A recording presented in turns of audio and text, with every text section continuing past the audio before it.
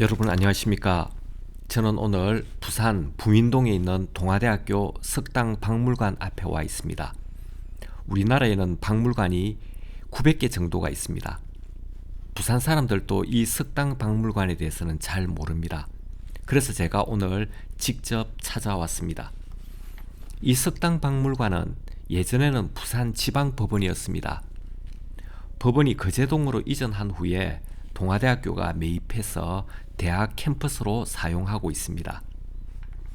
이 부민동 캠퍼스는 대지가 한 10,000평이 조금 넘는데 2002년 당시 500억 원이 조금 안 되게 낙찰받았습니다.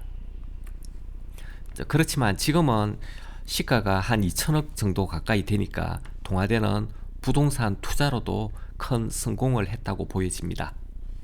낙찰과 관련된 흥미있는 이야기가 있습니다. 초기에는 부산대병원도 병원을 확장하기 위해서 이곳을 구입하려고 했다고 합니다. 하지만 양산으로 이전하는 것으로 마음을 바꾸었고 최종적으로 경동과 동아대 재단이 입찰에 참가했는데 동아대가 333만 원의 간발의 차이로 낙찰받았습니다. 아마도 그날 하늘이 동아대를 도와준 것이 아닌가 생각됩니다. 만약 경동이 인수했다면 이곳에 또 아파트를 지어서 아파트 공화국을 만들지 않았을까요? 법원 청사 건물은 동아대가 현재 그대로 보존하여 석당박물관으로 사용하고 있습니다. 그 외의 공간에는 신축 건물을 지어서 경영대와 사회대가 현재 사용하고 있습니다. 지금 우리는 석당박물관 외부를 지금 둘러보고 있습니다. 아참, 우리나라에는 국보가 총 345개가 있습니다. 그 중에서 부산에는 국보가 총 6개 있습니다. 이 6개 가운데 이곳 석당박물관에 국보가 2개나 있습니다. 지금 이 석당박물관 건물 자체도 국가 등록 문화재로 지정되어 있습니다. 이 석당박물관에는 소장품이 엄청납니다. 한강 이남에서는 최대의 대학 박물관입니다. 한강 이북에서는 고려대 박물관을 최고로 칩니다.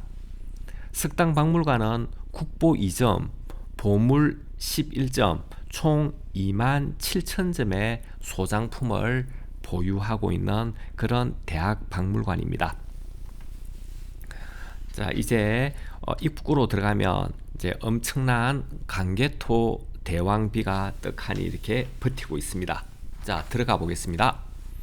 강개토 대왕비는 만주 지린성에 있는데 높이가 한 6m 정도 이렇게 됩니다. 이것도 높이가 6m 정도 이렇게 비슷하게 만든 겁니다. 그리고 글자가 총 1775자가 이렇게 새겨져 있습니다. 석당박물관이 보유하고 있는 탁본을 바탕으로 해서 만든 대왕릉비입니다. 저는 이런 박물관에 올 때마다 김구 선생님이 생각납니다. 김구 선생님 말씀 중에서 우리의 경제력은 우리의 생활을 풍족히 할 만하면 되고 우리의 국력은 남의 침략을 막을 만하면 족하다. 오직 한없이 가지고 싶은 것은 높은 문화의 힘이다. 문화의 힘은 우리를 행복하게 하고 남에게도 행복을 주기 때문이다. 이게 80년 전에 김구 선생님께서 나의 소원에서 하신 말씀입니다. 오늘날 세계는 군사력, 경제력 같은 하드웨어와 대비되는 개념으로 소프트 파워가 매우 중요해졌습니다. 문화적 매력을 통해서 상대를 설득하는 힘이 정말로 중요한 시대가 되었습니다. 이제는 문화적 감수성이 뛰어난 사람이 유능한 사람이고 박애주의자고 리더로서의 각광을 받고 있습니다. 문화자본으로 재생산되는 계급 불평등 사회에서 프랑스 사회학자 피에르 브루디와는 아비투스한 개념으로 이렇게 문화를 설명합니다. 개인의 취향은 사회 문화적 환경에 의해서 결정된다. 따라서 문화자본이 계층화된 사회에서 경제적 자본만큼이나 문화 자본이 매우 중요하다라고 말합니다. 그래서 상류층들은 후손들에게 눈에 보이지 않는 교육과 훈련을 통해서 문화적 자본을 상속한다라고 말합니다. 경제적 재산과는 달리 사고방식, 언어, 가치관, 분위기, 이런 것이 대표적인 문화 자본이라고 보고 있습니다. 문화 자본을 습득하는 가장 좋은 방법은 교육입니다. 또 다른 한 가지 방법이 있습니다. 이것이 바로 경험입니다. 이렇게 박물관을 견학하면서 많은 경험을 쌓는 것이 문화 자본을 습득하는 정말 좋은 방법입니다. 오늘 우리가 이제 주로 볼 것은 이제 석당 박물관의 최고 유물인 국보 동굴도입니다. 동굴도가 뭐냐 하면 한마디로 동쪽의 궁궐 그림을 그린 것입니다. 조선은 5개의 대표적인 궁궐이 있습니다. 중앙에 경복궁, 동쪽에 창덕궁, 창경궁, 그리고 서쪽에 경희궁, 그 외에 덕수궁, 이렇게 5개의 궁궐이 있습니다. 지금 보시고 있는 것은 안중근 의사의 어떤 그런 서예 작품입니다. 그리고 이거는 조선시대 미인도입니다. 아주 예쁜 미인입니다. 그 당시의 미의 기준과 지금의 미의 기준이 조금 다릅니다. 자, 이렇게 5개의 이렇게 궁궐 중에서 동쪽 궁궐인 창덕궁, 창경궁을 공중에서 본 것처럼 이렇게 정밀하게 그리고 있습니다. 한마디로 오늘날 드론을 띄운 것처럼 이렇게 각각의 건물들을 세밀하게 그리고 있습니다. 어느 정도로 이 동굴도가 세밀하게 그려져 있느냐 하면 화장실까지 그려져 있습니다. 이 동굴도 덕택에 창경궁과 창덕궁이 복원을 쉽게 할 수 있었다고 합니다. 중국이나 일본에서는 궁궐을 이렇게 자세하게 그린 그림이 없습니다. 동굴도는 이 큰 규모와 정교한 묘사에 있어서 동아시아를 대표하는 그런 궁궐 그림입니다. 보시는 바와 같이 크기도 엄청납니다. 가로가 5m 61cm, 세로가 2m 73cm로 병풍 형태의 이렇게 그림입니다. 이 동굴도는 한국에 한 개가 있는 것이 아니고 2개가 있습니다. 석당 박물관에 이렇게 한 개가 있고 고려대 박물관에 한 개가 있습니다. 고려대 박물관의 동굴도는 지도책 형태인 화첩 형태로 되어 있습니다. 동아대 박물관의 동굴도는 이렇게 병풍 형태로 되어 있습니다.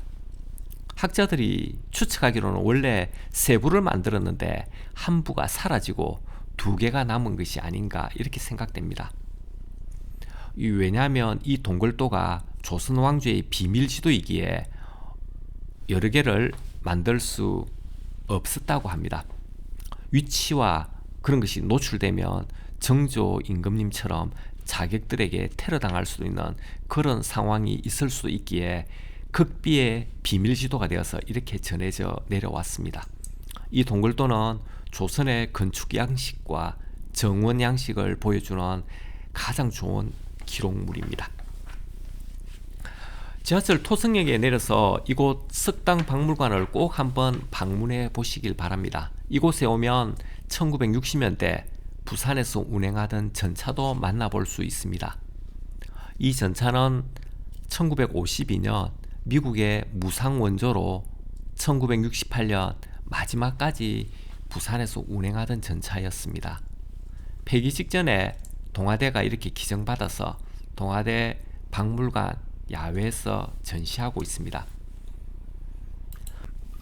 이 전차를 보면서 당시에 부산의 모습을 상상할 수도 있을 것입니다. 요즘 부산은 기업들이 모두 떠나가고 대학생들도 일자리가 없어서 서울, 경기도로 떠나가고 노인과 바다만 남았다라고 탄식하고 있습니다. 이런 상황을 극복할 수 있는 가장 좋은 방법은 문화산업을 활성화시키는 것이 바람직하다고 생각합니다. 영화의 도시, 콘텐츠의 도시, 교육의 도시, 디자인의 도시로 방향을 전환하는 것이 가장 효율적인 방법입니다. 하드웨어를 구축하는 것에 비해서 자본도 크게 들지 않고 많은 관광객들을 불러 모을 수 있기에 좋은 아이디어가 될 수 있습니다. 오늘 보신 석당 박물관에 더 많은 스토리를 입혀서 전국적으로 유명한 명소가 되길 기대합니다. 지금까지 시청해 주셔서 감사합니다.